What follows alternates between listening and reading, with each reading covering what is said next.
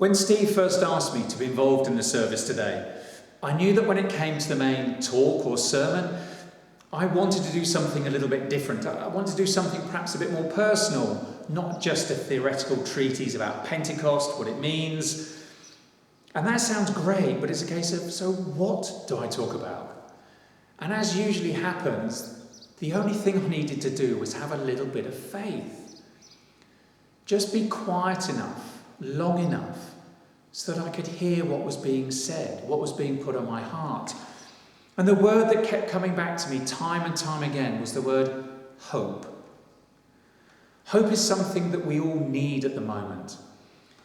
We are in these weird, unprecedented, unusual, whatever cliche you want to use, they are uncertain times at the moment. And what we need to have is hope. And isn't that exactly what Pentecost is all about? Isn't Pentecost one great big, beautiful, physical, tangible dollop of hope? A dollop of hope after a period of darkness. And I think there are so many parallels between what we're experiencing now and what the disciples must have experienced. If you think about it, they had lived through the trial of Jesus by angry mob.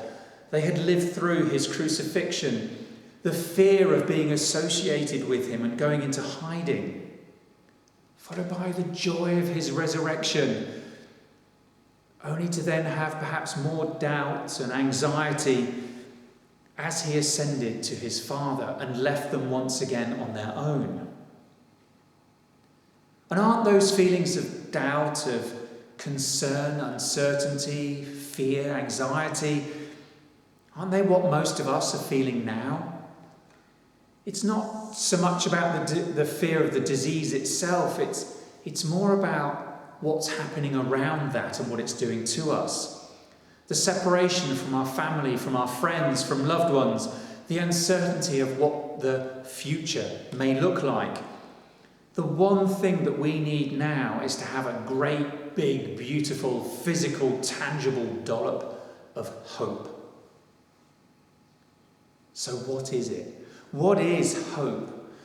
The thing that struck me first of all is that hope is a verb. The word hope, it's a verb.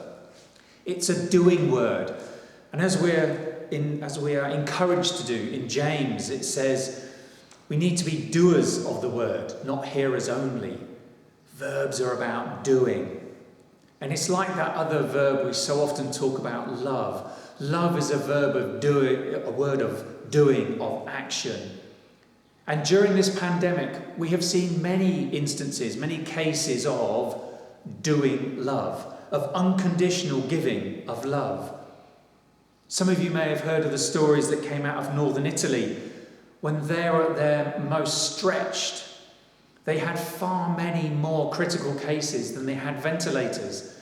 And there are several reported incidences of older patients refusing to use ventilators so that they could be used for younger patients, people that they saw as still having their whole lives ahead of them. They were willing to give that ultimate unconditional sacrifice of love so that younger people could live.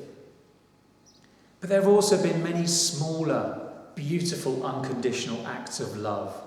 Just thinking about within our own communities, how many people have we heard of that are going out shopping for friends and neighbours, people that are locked down and can't go out at the moment? The hundreds of food banks that have started up all over the nation, including here in Silverstone, started between the shop and the school. People standing out on their streets, clapping for carers on a Thursday. And even an incident just this week in Toaster, an ambulance crew sat in a car park waiting. Someone, a member of the public they didn't know, just dashed into a shop and bought them a couple of bags of sweets to give to them just to say thank you. So we've seen so many acts of love. But what about that other verb then? Hope. Well, for me, I think there have been just as many acts of hope. One of the biggest I think of is hope in the kindness of humanity. We even call it the human spirit, don't we? It's It's not the human spirit, it's God's given spirit. It's the very thing that we are celebrating today. Now, for the last 3 or 4 years, it seems to me that all we've had is divisiveness and divisions within our communities, within our nation. We've had wedges being driven between different parts of our communities. Most noticeably, that wonderful B word that we've had for years. But that's brought with it rises in xenophobia, rises in intolerance.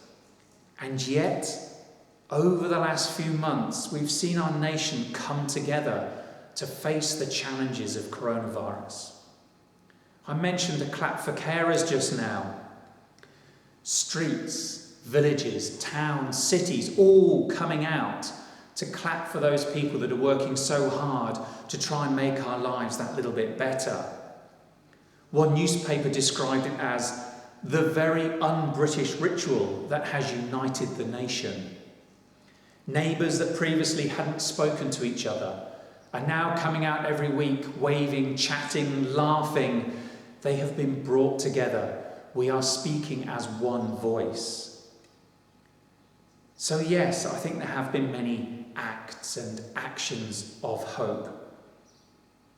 And then it dawned on me yesterday. Well, when I say it dawned on me, I was out having a walk. I'd taken my son to see his girlfriend, and I was having a walk across a beautiful, quiet field, beautiful sunny day, and I was being quiet enough to listen.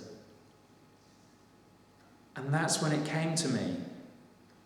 Isn't the action of hope faith? Isn't the action of hope faith? Near the beginning, I said that Pentecost was this one greatly beautiful, physical, tangible dollop of hope. Isn't it actually one beautiful, physical, tangible, enormous dollop of faith, of doing hope? As Steve said at the beginning of this service in introduction, Jesus said that it would enable us to be his witness. It would make us capable of doing things even he couldn't do. So if I now go back to what I said earlier and swap out the word hope and put the word faith in its place, now we're talking about faith in human spirit, i.e. faith in God's spirit in each and every one of us. And how right and fitting it is that we celebrate that we celebrate the very best of being human. Because the very best of being human is God's Spirit in each and every one of us.